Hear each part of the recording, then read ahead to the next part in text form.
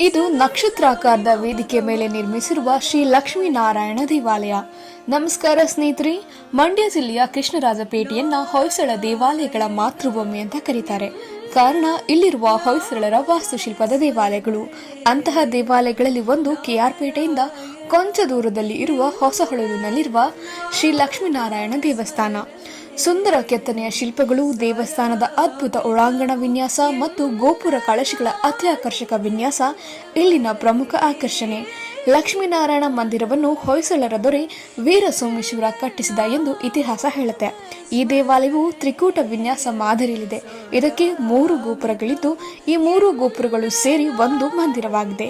ಲಕ್ಷ್ಮೀನಾರಾಯಣ ಮಂದಿರದ 3 ಗೋಪುರಗಳಲ್ಲಿ ಮಧ್ಯಭಾಗದ ಗೋಪುರವು ಎತ್ತರವಾಗಿದ್ದು, ಇನ್ನುಳಿದ 2 ಗೋಪುರಗಳು ಸಮತಟ್ಟಾದ ಮೇಲ್ಛಾವಣಿಯನ್ನು ಹೊಂದಿದೆ. ಇದು ವೈಷ್ಣವ ಮಂದಿರವಾಗಿದ್ದರಿಂದ ಇಲ್ಲಿ ವಿಷ್ಣುವಿನ ಕೆತ್ತನೆಗಳನ್ನು ಹೆಚ್ಚು ಕಾಣಬಹುದು.